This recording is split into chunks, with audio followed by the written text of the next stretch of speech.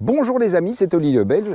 On va pas faire un test de pneus aujourd'hui, non, je vais vous faire le trailer pour cette nouveauté qu'on a attendue pendant 2 ans parce qu'on l'avait rencontrée pour la première fois lors du dernier vrai salon de la moto, la Norden 901. Donc le premier, on va dire, gros trail de chez Husqvarna.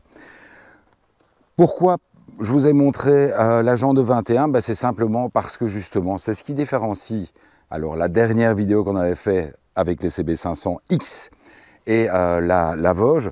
On parlait justement de ces trails routiers. Ici, on est sur un vrai trail. Et donc, ce qui différencie un trail routier d'un trail réel, pour vraiment faire du tout chemin, c'est la taille des jantes et la taille et la section des pneus. Donc c'est un pneu de 21 pouces devant et justement derrière c'est un pneu d'une section de 150, ce qui est vraiment très très peu pour un aussi gros moteur et une aussi grosse moto.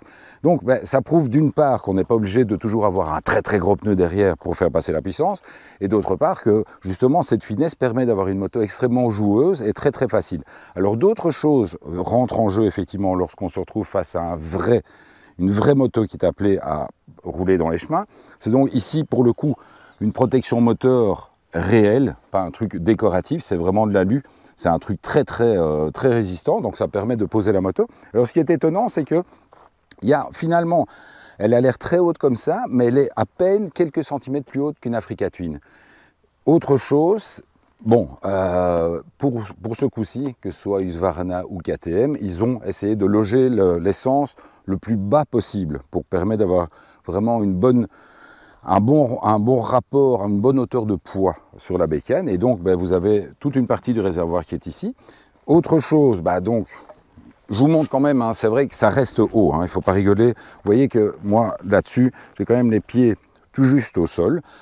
Autre chose qui prouve aussi que c'est un vrai trail, ce sont les repose-pieds, qui sont des repose-pieds, ils sont faits pour être mis avec des bottes d'enduro, il n'y a pas de décoration, il n'y a pas de caoutchouc pour amortir les vibrations. Et de l'autre côté, ce qui peut être embêtant lorsqu'on roule comme moi avec des baskets, des baskets de moto malgré tout, mais des baskets quand même, c'est qu'en fait le sélecteur est également fait pour passer les vitesses avec des bottes de cross, donc avec des bottes assez grosses, et surtout, en fait, il y a toute la tringlerie qui est faite ici pour qu'on puisse passer les vitesses même en étant debout, puisque comme quand vous allez être debout, vous allez avoir les pieds plus à plat, ça sera plus facile de choper ce sélecteur. Donc voilà, ce sont des choses auxquelles penser lorsqu'on achète une bécane.